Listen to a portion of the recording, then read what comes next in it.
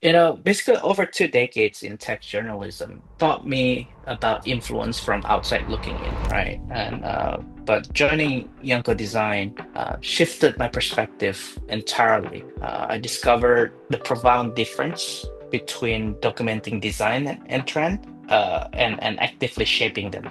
Those are something that we're not just chronicling the industry's evolutions, but we're curating its futures and directions. It's a responsibility that both humbling and energizing for us as Yanko Design. Uh, Mm, Everyone have their own perception of what is a good design. mm, You're not going to find two of the same person rarely to mm, have an exact word by word thoughts about how a good design is being perceived. You have to be quite on your toes because most of the covers are very time sensitive. You're given directions by the PR essentially, like mm, this is our product, and then mm, you make up your own mind. But with mm. design, you have to look at it from your own individual perspective on what a good design is. Yeah, consumer products that Yeah. is not, if you're not looking at it from a design perspective, you can Mm, say, oh, it's a good product, it's a bad product. yeah. Why? Here's why. But Yeah. with design, it's an individual perception. Coming up on Design Mindset, why the founder of SlashGear says moving from tech journalism to design curation completely changed his understanding of power.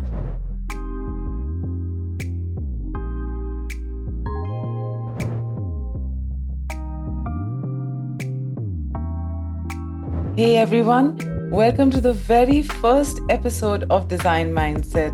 I'm Radhika Seth. Here's something most people don't realize about design. The stuff that ends up in your home, your office, your pocket, it just doesn't get there by accident. There's an entire ecosystem of people deciding what deserves attention, what gets manufactured, and what influences the next wave of innovation. My guest today has lived on both sides of this equation. Ewdison Then has spent 2 decades building tech media empires, founding SlashGear, covering every major technology launch, understanding how information shapes industries. But 3 years ago, he decided something unexpected. He joined Yanko Design as co publisher, working with founder Takashi Yamada, who has been curating groundbreaking designs since 2002. The shift from reporting on technology to curating design culture, it's given him completely a unique perspective on how ideas spread, why certain designs go viral, and what really drives innovation. Today, we are going to go behind the curtain. How do design publications actually influence what gets made? Who decides what deserves attention? And what happens when tech industry thinking meets design world curation? Udison, welcome to Design Mindset and thank you for being our very first guest. Very glad. So let's start with the big shift. You spent decades in tech journalism, reporting on what companies were building and what was launching, what was trending. But design curation is a little different. You're not just covering what exists, you're literally influencing what gets curated next. How did this change in role mess with your head? So the transition wasn't as hard as I expected it to be. However, there's sort of a lot of cliche in terms of how uh, online publishing is being done, and the biggest thing is when you look at the volume of content being published online by just a single publications. It's obviously larger than those traditional publications like print. And with tech, you have to be quite on your toes because most of the coverage are very time sensitive. Hmm. And we cover, real time news from events, and an editor would need to be able to push out maybe five content within 2 hours of events and whatnot. Um, but moving into design publications where you have to take a step back and not looking at um, how a product is being presented, because in tech, that's, you're given directions by the PR essentially, like Mhm. this is our product, and then Mm, you make up your own mind and put your opinion into it. But with mm, design, you have to look at it from your own individual perspective on what a good design is. mm, Everyone has their own perception of what is a good design. mm, You're not going to find two of the same person, rarely, to mm, have an exact word by word thoughts about how a good design is being perceived. mm, And in that sense, mm, you know, when you look at a certain design that you want to write on Yanko Design, we want to give uh, that voice to our editors, right, to our writers, where they can present their perception of a specific design mm, from the angle of whether usability mm, or just an overview of how it looks, material, colors. So, it's a very different way of us creating content because we have a lot of different step where you look at a design and you say, okay, is a design that provide uh, um, an appearance that is appealing to you, mm, but would it give the usability mm, of that specific product mm, uh, that would maximize your lifestyle, mm. right? So, how would you judge that? And again, every individual has their own way of sort of putting a scoring system. What is a good design and what is not.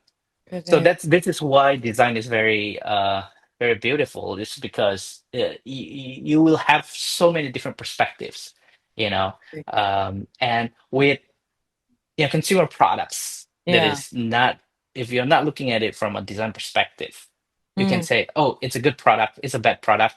yeah. Why? Here's why. But Yeah. with design, it's an individual perception. So Yeah. Wow. yeah. That's huge. That's huge. So you went from being just an observer to literally being a kingmaker, essentially. So when did you first realize that you had this kind of a power in this new role? Uh, do you ever feel that, oh my God, I have this power in me? Like you feature someone's work and their career takes off, or you pass something, it dies in obscurity. Did you How did you deal with this? We always want to give inspiration to everyone that reads Yanko Design. Mm, And in no way we want to make a designer feels in the negative notions, mm, you know. So whatever that we cover them, whether good or bad, we always would like to give them a positive feedback mm, on how their design could improve mm, from a lot of, not just the technical endpoint, because again, you have to understand how designer come up with a concept, right? They have a specific goal for the product to be, or the design to be created, mm, and that goal is to serve functions.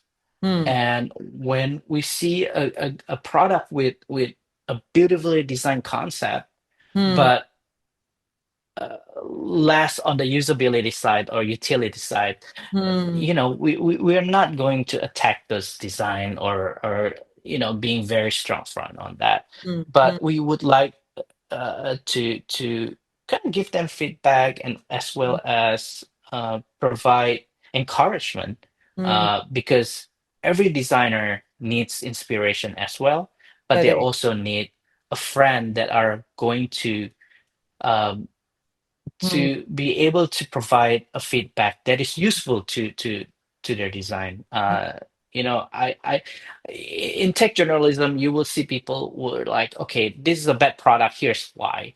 mm, And they would not try to understand why the product were designed specifically that way, mm, right? mm, And our job is to understand, okay, why is it the usability of this product being reduced by adding this certain aspect of the design? We need to mm. understand that first before you are going to be able to give a proper feedback, or Right. or to inspire someone to do it to the point where you feel like this product could be better. Yeah. Because like I said, it's perception. My perception of usability and the designer perspective of usability might not match, and that's okay. That's the beauty of design, and it's Yeah. there's no right or wrong.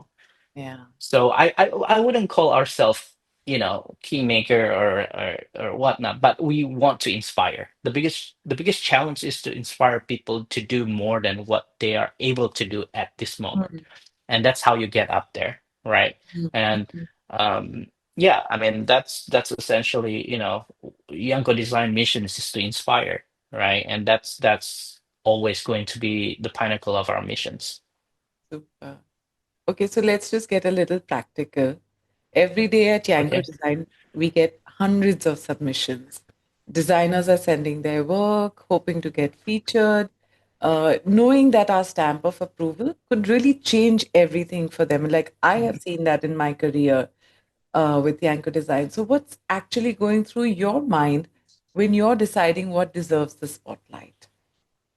So we have a curation standard, obviously, and our curation standard is, um, looking into design that is unique, fresh, Hmm. uh, but as well as design that it's not entirely new, but improved, right? So when we talk about inspirations earlier, if you submit something that we write about and we have certain opinions, and you're like, you know what, that actually makes sense. Let me revise it and send it over again. And Hmm. those are the things that we strive for, is that to assist designer or even product manufacturers Hmm. uh, to put up front their best work. Hmm. But the process is, having so many submissions, you would have to prioritize those who are able to show that not only being unique, Hmm. right, but their product are daring, Hmm. very out there, Hmm. um, and when you revise something that is already existing, Hmm. what value in terms of functionality and design Hmm. would provide more than the previous iterations, right?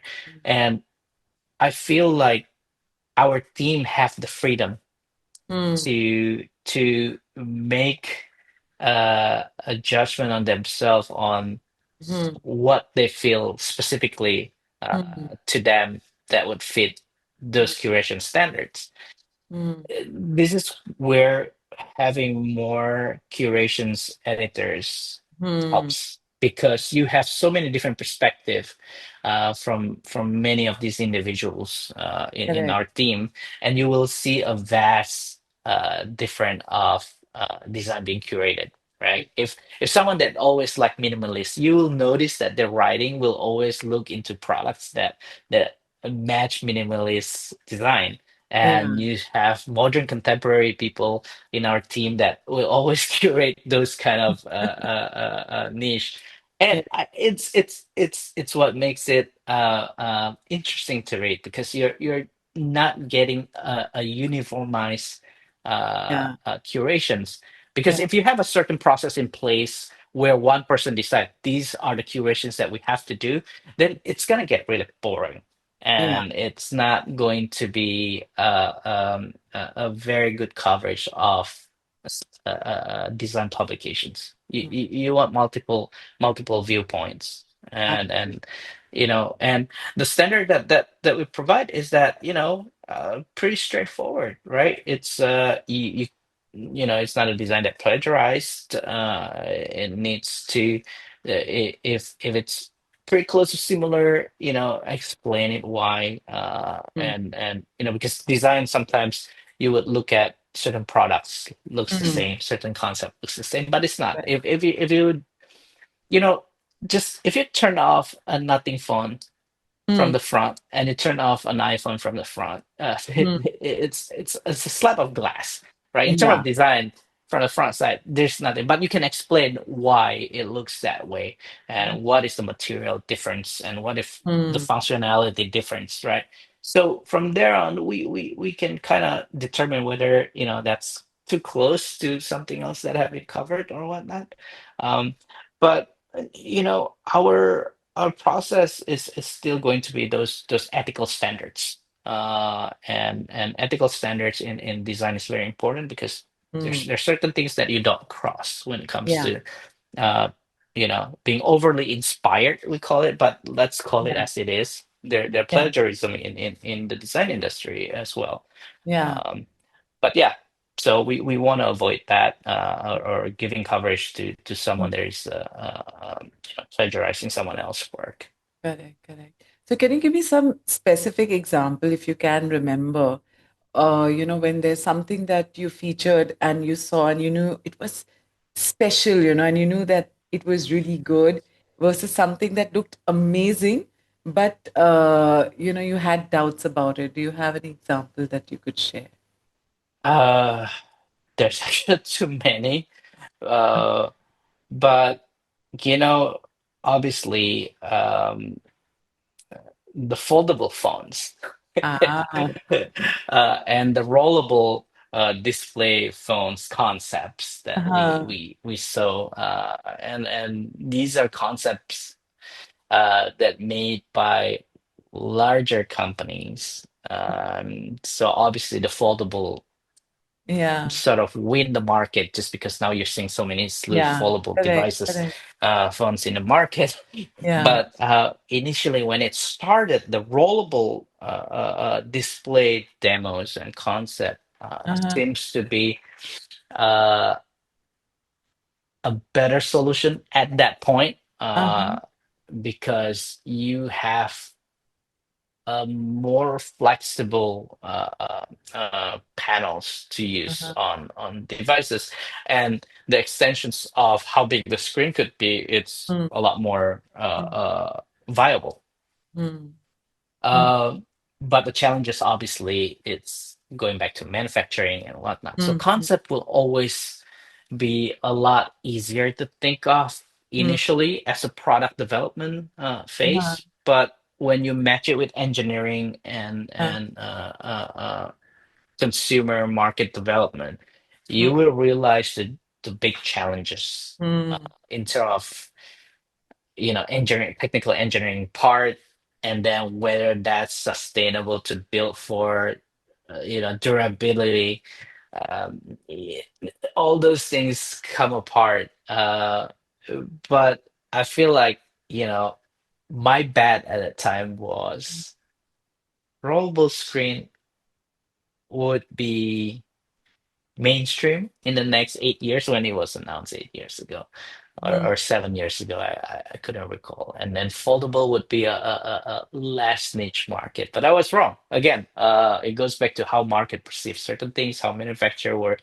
were to look at from obviously pricing standpoint. If they were to manufacture certain things, how much is the Mm, pricing? I mean, foldable obviously is very mm, expensive, right? mm, And the first foldable with that comes out, there's so many lacking in durability, obviously, mm, and mm, then it gets better. And today, you can have a 5 years average use of unfolding and folding of yeah. devices.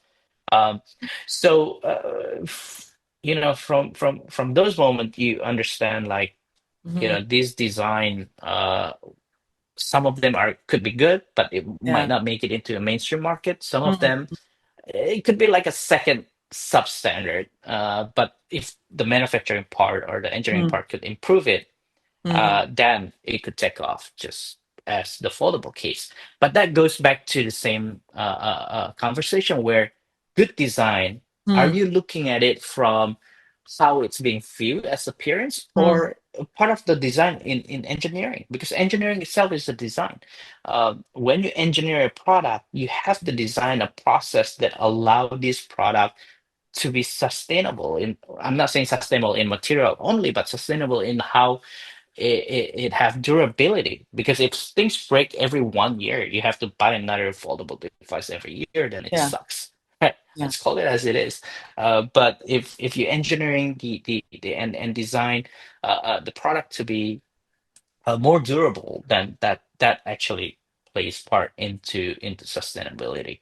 But a lot of people think sustainability is just about materials. Mm, But to me, sustainability is about also how durable that product. correct. Obviously, material is one. How durable is a product? Because if you are to buy a product that you can use for 30 years and you never have to buy another one, Mm, right? It's mm, sustainable because then mm, you're not throwing it out every year mm, and end up in a landfill. So sustainability is actually more than just materials that you use mm, or mm, how how you build the product for being eco or whatnot. But it's also how longevity of that mm, product usage. mm, mm. Yeah. I'm really curious about this. You come from the tech world, where the metrics are very specific. You can come to know whether, how many users downloaded an app or what are the revenue, how many new people you acquired. But design is more subjective. So how do you measure whether you made the right call? Okay. All right. Let's look at it from two different segments. So you have a mass-produced consumer products, Mm-hmm. and then you have product that is created for a small circle of consumer, Mm, right? And I'm gonna give you an example on how we look at that. Uh, so for mass consumer product, obviously, like the iPhone or a Google Pixel or Samsung Galaxy or those tech devices, and you look at it and you see the market shares that they have, mm, then you can determine whether that is a successful product or not. But that's part of uh, uh, uh, uh, product marketing as well, mm, right? You need to have the firepower to market your product, and um, but if you look at sneakers, mm, like Oniska Tiger, mm, it starts gathering a lot of attentions after obviously Kill Bill, mm, and it just take off from there, and obviously it's a very well made product. mm, Um, those are consumer products that bound into marketing mm, as well as having impact on how consumer use those mm, products. But mm, then if you look at a smaller produced product, like let's go into timepieces. You know, uh, if you're looking at company like Rolex and the way that they market their product, their design hasn't changed for mm, many decades. And if you look at the first iterations of Submariner to mm, today's Submariner, it's a small tweak here and there, and in terms of materials and what they've been using, and the class design or whatnot. mm, And those are what you would look at from a perspective of, you know, this is the first version and this is today's versions, mm, mm, and it's the same design, mm, but look at how sturdy the link now.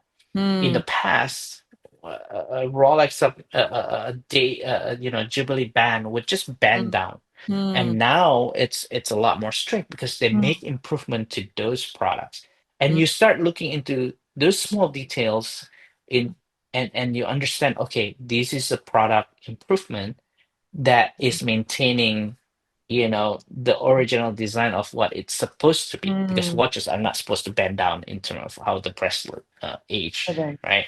correct. But so if you look at it from that perspective, you say, okay, that's a better design now, Yeah. right? Because they improve, again, Rolex holds so many patents. And then Yeah. you go into a niche companies, not niche company, a niche market where, like Lashuta Original, they make like really beautiful German watchmaking, really beautiful watches. And they would make 25-piece limited editions, beautiful, well crafted. German engineering goes into watchmaking, and you will look at into those design and products, and the way that they're marketing it is not trying to be everybody's watches. It's Mm, just those who really love those design, and what the Saxony regions watchmaking, where mm, it's uh, the dial are placed very interestingly. mm, Then you understand, okay, is that still what we consider a good design, even though they don't have the market share? They need mhm, 25 piece for that specific mm, limited editions, but it's sold out as well, right? mm, So mm, for me, looking at how do you look at the marketing side and the market share side as a success of a product or a design, or do mm, you look at as how beautiful it is as an mm, individual that would consume those products? There's no right or wrong in terms of how you determine the success of a product, but I mm, would I would genuinely feel like if you like certain accent of the product of a mm, design, you know, you should appreciate it, right? mm. Instead of trying to figure out whether this product could, it's a lot of people make purchasing decision based on what everyone else say. Correct. And Yeah, correct. it's not a bad idea if you're looking into, if you don't really understand the product, and you want to get directions for comparisons. True. But first of all, you should buy a product that you really like first, Yeah.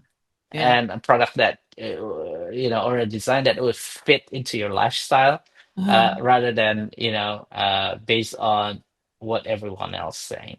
Correct. So True. yeah. True. So then, and has it ever happened with you that you've looked at social media and thought like, we should have featured that. Why didn't they curate this? Oh God, like thank God we didn't feature that. Yeah, I mean, obviously, you can't. We're not a giant team, right? We're Mhm. medium-sized publishers in terms of our manpower. So there are products that I would think interesting, Uh-huh. but our curations director would feel like, you know what, that might not work for us. Mhm. And I give them the freedom and the power to make those decisions, because Mhm. you don't want to constrain your team in terms of creativity and freedom, Correct. to be able to decide what would be, again, Mm. if one person decides on what is a good design within a In publication, publication. then Mm. it's a doom. Yeah. I never believed that one person should have the full power to decide on creativity. Correct. No man in the world would have Mm. you Correct. know um, that ability. Anyone else that tell you differently, I think it's a BS. Mm. Mm. There's no one man in the world or woman that would know everything. Correct. True. True. True. So that's the reason why we have a great team, because Yeah. the team are our biggest assets, True. right? But design that I wish we didn't feature. Yeah, there's some. I wouldn't, I wouldn't name names, but Yeah. Sure. there's some. Yeah. Yeah. But again, that's the editorial freedom that we give to the team. Yeah. Yeah. Sure. So then let me ask you something that could be a little uncomfortable as well. We both Yeah. know that Yanko Design features products, and when we do that, manufacturers pay attention and designers try to copy the aesthetics, or investors Yeah. start funding similar ideas. So do you ever consider or take into account this ripple effect when we are making these decisions about featuring a product or a design or a concept? Yeah, so like I said, overly inspired sometimes it's a little plagiarism, and I think there's always bad apples in the market where they would take if a student submit a design, a concept design, and someone else just a manufacturer just say, hey, you know what, let's make this. And just manufacture it somewhere where the legal framework are not very strong, and then just sell it worldwide, right? And I feel bad for I wouldn't say victims, but they are literal victims of intellectual property theft. It happens, and not every legal framework in the world would protect designer as Mm, well as in a certain region, mm, but. Um, we try our best to give visibility to whoever created first. mm, So, if we were covering a concept and mm, a concept by someone, a mm, designer, and it were made by manufacturer somewhere else and sold with a stolen design, I hope our readership would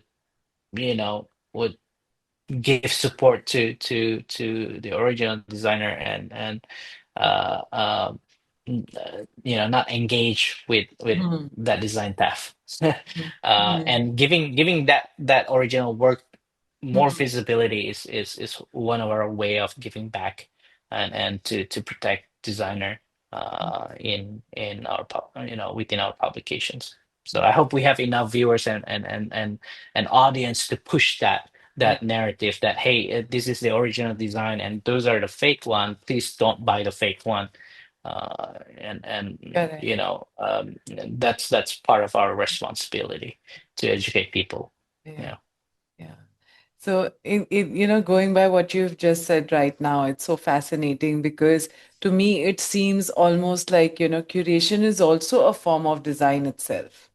And when we're doing it, so we are literally designing a culture and not just reflecting on it. So here's another big bold question for you. In Yeah. the time that you've been with Yanko, is there any design trend that you think we accidentally helped, create that you're now actually proud of, or otherwise? Is there Eh, anything You that know, you feel? cl claiming that would feels very obnoxious. So I wouldn't say anything like that. I mean, everybody have their strength and their weakness in terms of how a company is being run or whatnot. But I I would say we did have certain influence into a trend, but I wouldn't say that we powered through and push certain influence into Mhm. adoption by everyone else. But no, I wouldn't claim that. That would be very obnoxious to claim. Okay, so here's one last big question for you. Yeah. Where do you see design media heading? Are we going to stay relevant, or, our Instagram and our algorithms going to decide what design matters, because design is so prevalent in these channels. Media in general will always matters because that's Mhm. where certain narratives can be developed and pushed towards the Mm, consumer mm, or the people that consume media. mm, And obviously, algorithm, in many medium for platform that give you eyeballs and audience are going to continue evolving. mm, Now with AI handling a lot of search queries and answering questions, uh, it's going to continue to evolve, and the importance of us as the uh, uh, content creator uh, mm, is to be able to adapt to those changes on how people consume media, right? In the mm, old days, people watch TV, read newspaper, and now they just look at the screen and they get the same news. And in the future, there will be just less text interactions and more of a sort of normal conversations with voice and Mm, words. mm, So at Yanko, we continue to develop a lot of our tools and internals mm. applications to do that. Again, I come from a tech background, not just tech journalism. I'm actually a developer, so we continue building more tech platform, and obviously next year, so we're gonna have something very interesting to show with everyone. And it's related to how we value evaluate design and whatnot, and that's gonna be very interesting. Yeah. So stick around and see what else Yanko Design have in store. And again, Wow. I think these next 12 to 18 months, journalism in general, whether design or consumer tech, uh, would need to make an adjustment to how information medium are being used. Yeah. Wow. Wow. So, Udi, this brings me to a very interesting part of this podcast. It's called the Design Mindset Challenge. I will give you a unique, situation, and you need to tell me how you would approach it. So it's a Okay. challenge for you. All right. So Okay. imagine it's Monday morning, and your inbox Hmm. has three submissions that could be very, very huge. The first one, a brilliant sustainable furniture collection by an unknown designer from Hmm. a third world country. Incredible craftsmanship, solving real problems, but zero marketing budget and no existing audience for such a product. Second, a collaboration between a very big tech giant and some famous European design studio. It's good, not revolutionary, but you know it'll get massive traffic and social shares. Third, a weird experimental project by a design school student that's been pushing boundaries in ways that, make you uncomfortable, but also make you think that this could change everything in 10 years. So you can only feature one of this in the week. The others will probably never get a chance again, and your decision just doesn't affect traffic. It also affects careers, influences copycats, and potentially shapes what design would look like in the next year. So, what would your choice be, and how would you live with it? So one and three are potentials. Mhm. Second is viable commercial product and mainstream. So that's how I look at it, right? And if within that week we I wouldn't call it quota, but if you cover 30 concepts, you Mhm. don't want to do another 30 concepts in a week. Correct. We will obviously probably, if those three are viable in terms of how we Mm, it fits into our editorial standard, we would cover it, all three of them. mm, Because then, if this one week we'll cover one, the next week we can cover another. mm, All these are not time sensitive, as in, mm. real time journalism. So in Correct. real time journalism, where you're in the war zone or whatnot, you have to cover it right away because it's Yeah. real time. But when it comes to design, it gives you time to kind of take a step back and look at it and say, how do I approach this Mm, design and how do I write about it? So it's never, this or that. mm. We will always give everyone visibility on our side if it's a good design, and that's the end story, right? If it's a good design, we'll cover it. Yeah. Well, it might not be as timely as you want, but we will cover it somehow. Yeah. Yeah, I just love the way that you haven't just only picked one, and you've started thinking about how to use our platform very strategically. And I think essentially that's the difference between reporting and curating the right thing Yeah. there. Yeah. So Yeah. yeah, brilliant. Well done. Well done. You passed with flying colors. So now here's the fun part of our conversation because for this is the rapid fire section. Those three are viable in terms of how we Hmm. it fits into our editorial standard. We would cover it, all three of them, because then, if this one week we'll cover one, the next week we can cover another. All these are not time sensitive, as in, real time journalism. So in Yeah. real time journalism, where you're in the war zone or whatnot, you have to cover it right away because it's Yeah. real time. But when it comes to design, it gives you time to kind of uh, take a step back and look at it and say, how do I approach this Hmm. design and how do I write about it? So it's never, this or that. Hmm. We will always give everyone visibility on our side if it's a good design, and that's the end story, right? If it's a good design, we'll cover it. Yeah. Well, it might not be as timely as you want, but we will cover it somehow. Yeah. Yeah, I just love the way that you haven't just only picked one and you've started thinking about how to use our platform very strategically. And I think essentially that's the difference between reporting and curating the right thing Yeah. there. Yeah. So Yeah. yeah, brilliant. Well done. Well done. You passed with flying colors. So now here's the fun part of our conversation because for this is the rapid fire section. Because for this is the rapid fire section.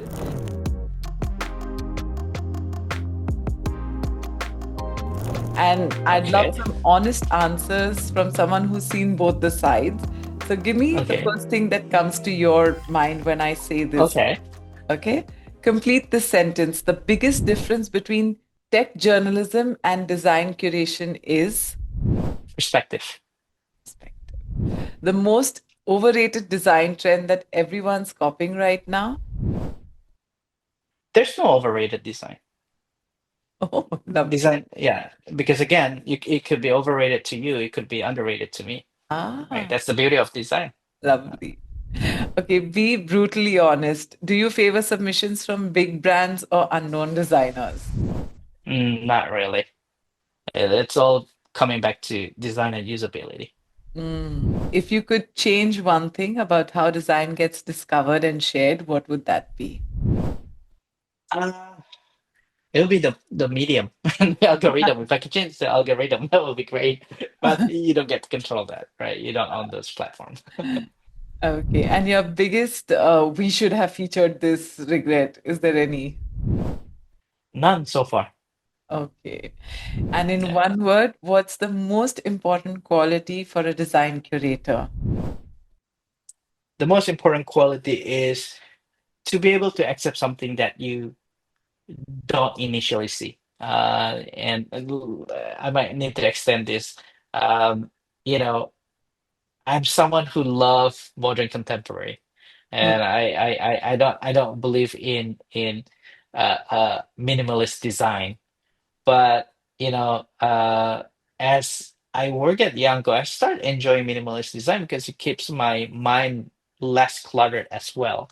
So I mm, start, you know, my workplace is very messy, but my living room and everything is starting to be minimalist, and it wow. makes me a lot more relaxed. So you need to open your mind to adapt to different design, and and learn to accept that what you know today might not be right, and tomorrow you might learn something new. So yeah, that's Lovely. it. Lovely. Udison, this has been the perfect conversation to launch Design Mindset.